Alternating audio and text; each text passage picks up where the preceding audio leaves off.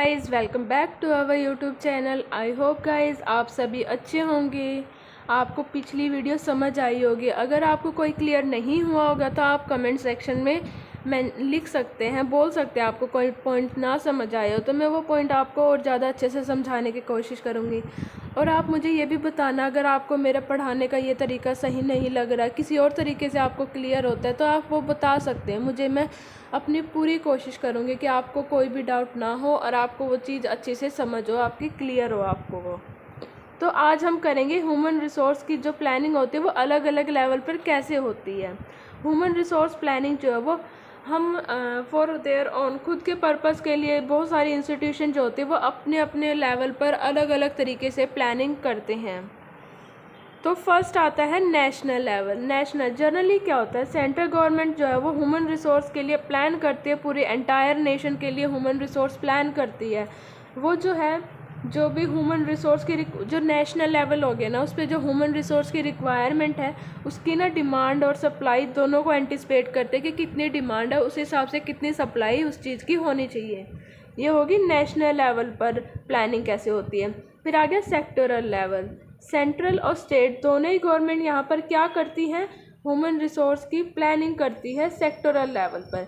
ये ट्राई करते हैं कि जो कुछ पर्टिकुलर सेक्टर्स हो गए ना, जो जैसे कि एग्रीकल्चर सेक्टर हो गया, इंडस्ट्रियल सेक्टर हो गया, सर्विस सेक्टर हो गया, तो ये कुछ पर्टिकुलर सेक्टर है, मेन सेक्टर है जिनकी नीड को सेटिस्फाई करने की यहाँ पर कोशिश की जाती है। सेंट्रल और स्टेट गवर्नमेंट दोनों यहाँ पर प्लानिंग करती हैं। फिर आता है इंडस्ट्री लेवल। ये जो लेवल ऑफ प्लानिंग है ना, ये जो मैन पावर एक पर्टिकुलर इंडस्ट्रीज़ होगी तो उनकी जो नीड्स है ना, उनकी मैन पावर नीड को सूट करे ऐसे मतलब ह्यूमन रिसोर्स प्लानिंग की जाती है ताकि उनकी नीड्स यहाँ पर सेटिस्फाई हो। कौन कौन सी इंडस्ट्री आते हैं, engineering, heavy industry, paper industry, consumer goods industry, public utility industry, textile, chemist, cement, chemical industry. ये कुछ पर्टिकुलर इंडस्ट्री है जिनकी मैन पावर नीड जो है वो सूट मतलब सेटिस्फाई होनी चाहिए। फिर आता है unit level. Unit level planning में क्या कवर किया जाता है, जैसे ह्यूमन रिसोर्स की जो रिक्वायरमेंट होती है, जो मतलब जैसे बिजनेस प्लान्स हो गए, बिजनेस प्लान पर बेस्ड उनकी एस्टिमेशन लगाया जाता है कि उनकी ह्यूमन रिसोर्स रिक्वायरमेंट क्या है। जो बिजनेस जैसे बिजनेस ने ना प्लान बना लिया कि हाँ हम एक साल में ना इतने मतलब अचीव करेंगे, जैसे उन्होंने कह दिया कि एक महीने में उन्होंने 1000 यूनिट जो है वो प्रोड्यूस करनी है, वो बनानी है, तो उसके हिसाब से हमें कितनी रिक्वायरमेंट होगी।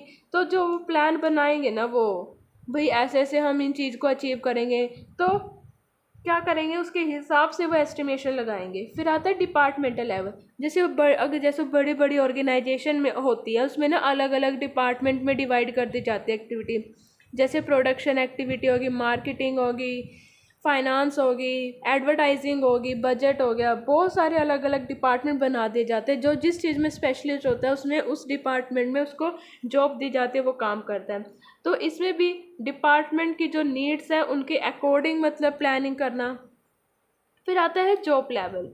ये जो लेवल ऑफ प्लानिंग है ना, ये जो पर्टिकुलर जॉब फैमिली होती है ना, जो मतलब डिपार्टमेंट है उसके अंदर ही जो जॉब फैमिली होती है ना, उनकी ह्यूमन रिसोर्स नीड को फुलफिल किया जाता है। For example requirement of number of sale execute in the marketing department, मतलब कितनी नंबर ऑफ सेल की हमें रिक्वायरमेंट है वो मार्केटिंग डिपार्टमेंट में आएगा। तो वैसे ही तो नेक्स्ट हम करते हैं ह्यूमन रिसोर्स प्लानिंग की प्रोसेस। तो पहली आता है analysing organisational objective plans and policies. जैसे मान लो कि जो पर्सन है वो ह्यूमन रिसोर्स प्लानिंग से रिलेट करता है, तो जो भी पूरी ओवरऑल ऑर्गेनाइजेशन की जो भी नीड्स, एडवांटेजेस, प्लानिंग वगैरह है वो सबके बारे में क्लियर हो, और स्पेशली जो ह्यूमन रिसोर्स प्लानिंग के ऑब्जेक्ट है उसके बारे में उसे बिल्कुल क्लैरिटी होनी चाहिए। ह्यूमन रिसोर्स के जो प्लान होते हैं वो ऑर्गेनाइजेशन ऑब्जेक्टिव से ड्राइव किए जाते हैं। ह्यूमन रिसोर्स के जो प्लान होते हैं वो ना बिल्कुल कंसिस्टेंट होते हैं ओवरऑल ऑब्जेक्टिव से। मतलब जैसे कि मान लो ह्यूमन रिसोर्स प्लानिंग में क्या है कि जो ऑर्गेनाइजेशन के ऑब्जेक्टिव है, प्लान है, पॉलिसीज़ है, उन्हें एनालाइज किया जाता है, अकॉर्डिंग टू नीड्स उन्हें सेट किए जाते हैं। इसमें ये इंश्योर किया जाता है जो फ्यूचर रिटर्न है ना, जो इन्वेस्टमेंट करिए उस पर ज़्यादा से ज़्यादा हमें रिटर्न मिले।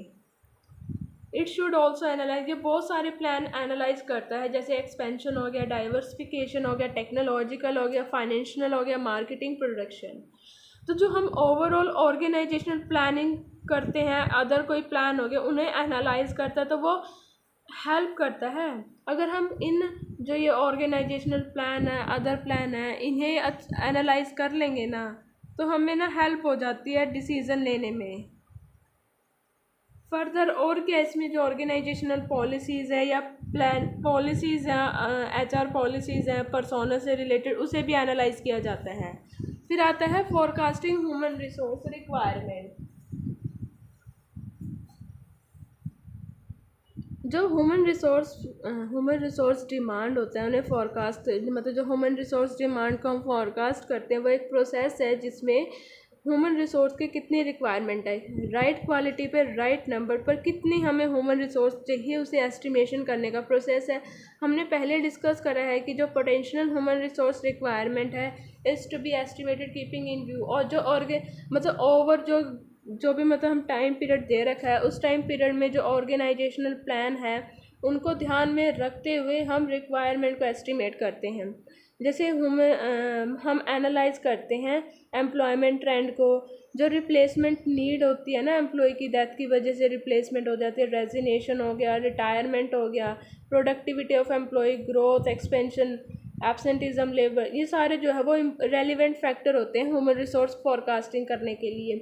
तो जो डिमांड फोरकास्टिंग होती है वो बहुत सारे फैक्टर से अफेक्ट करती है, एक्सटर्नल और इंटरनल दोनों ही तरीके के फैक्टर से अफेक्ट होती है।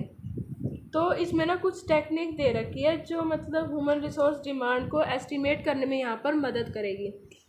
तो पहले आता है मैनेजरियल जजमेंट। मैनेजरियल जजमेंट क्या ना, बहुत कॉमन टेक्निक होती है। इसमें ना हम ना दो अप्रोच को लेके चलते हैं, एक तो बॉटम अप अप्रोच हो गया और एक टॉप बॉटम अप्रोच। जो ये अप्रोच है ना, ये स्मॉल और लार्ज दोनों टाइप के ऑर्गेनाइजेशन पर अप्लाई होती है। 2 टाइप की अप्रोच है, टॉप बॉटम और top down. Bottom up approach में क्या होता है, जो लाइन मैनेजर होता है वो डिपार्टमेंट की जो रिक्वायरमेंट होती है वो टॉप मैनेजमेंट के पास भेजता है। उसके बाद जो टॉप मैनेजमेंट है वो अल्टीमेटली जो है वो रिक्वायरमेंट फोरकास्ट करता है, पूरी जो भी मतलब ओवरऑल ऑर्गेनाइजेशन होगी ना, ओवरऑल ऑर्गेनाइजेशन की मतलब फोरकास्ट करता है रिक्वायरमेंट, जो भी प्रपोजल डिपार्टमेंटल हेड ने जो प्रपोजल भेजा है उसके बेस पर। टॉप डाउन अप्रोच में क्या होता है, जो टॉप मैनेजमेंट होता है ना वो फोरकास्ट करता है रिक्वायरमेंट को, पूरे मतलब जो एंटायर ऑर्गेनाइजेशन है, वेरियस डिपार्टमेंट्स हो गए, उनकी रिक्वायरमेंट को फोरकास्ट किया जाता है। और जो मतलब इन दोनों के जो कॉम्बिनेशन होते हैं, दोनों के कॉम्बिनेशन को हम क्या कहते हैं, पार्टिसिपेटिव अप्रोच। फिर आता है work study technique. Work study technique को हम वर्कलोड एनालिसिस भी बोलते हैं। ये टेक्निक वहाँ पर सुटेबल होती है जहाँ पर जो वर्कलोड है ना वो ईजिली मेजरेबल हो जाए, ईजिली हम उसे मेज़र कर सकें। इस मेथड में क्या, जैसे जो भी मतलब जो टोटल प्रोडक्शन और एक्टिविटी जो स्पेसिफिक फ्यूचर पीरियड के लिए जो एक्टिविटीज़ करते हैं हम उन्हें एस्टिमेट करना, प्रिडिक्टेड करना, ये इन्फॉर्मेशन जो है वो मैन आवर रिक्वायरमेंट में ट्रांसलेट कर देनी चाहिए ताकि जो टू प्रोड्यूस सारे पॉइंट को हम ध्यान में रख सकें। तो इससे आगे के पॉइंट हम नेक्स्ट वीडियो में कवर करेंगे, ज़्यादा लंबी हम ये वीडियो नहीं करेंगे। मैंने अपने पिछली वीडियो में बताया था कि अगर हम ज़्यादा लंबी वीडियो करेंगे तो आप लोगों का इंटरेस्ट नहीं बनेगा। तो इंटरेस्ट बने इस वे से मैं आपको ना थोड़ी थोड़ी छोटी छोटी वीडियो ला रही हूँ। तो ये हम नेक्स्ट वीडियो में करेंगे। आई होप गाइस आपको ये वीडियो अच्छी लगी होगी तो लाइक, शेयर एंड कमेंट ज़रूर करना और मेरे चैनल को सब्सक्राइब करना। जिस किसी ने मेरे चैनल को सब्सक्राइब नहीं करा हो तो प्लीज़ कर लेना।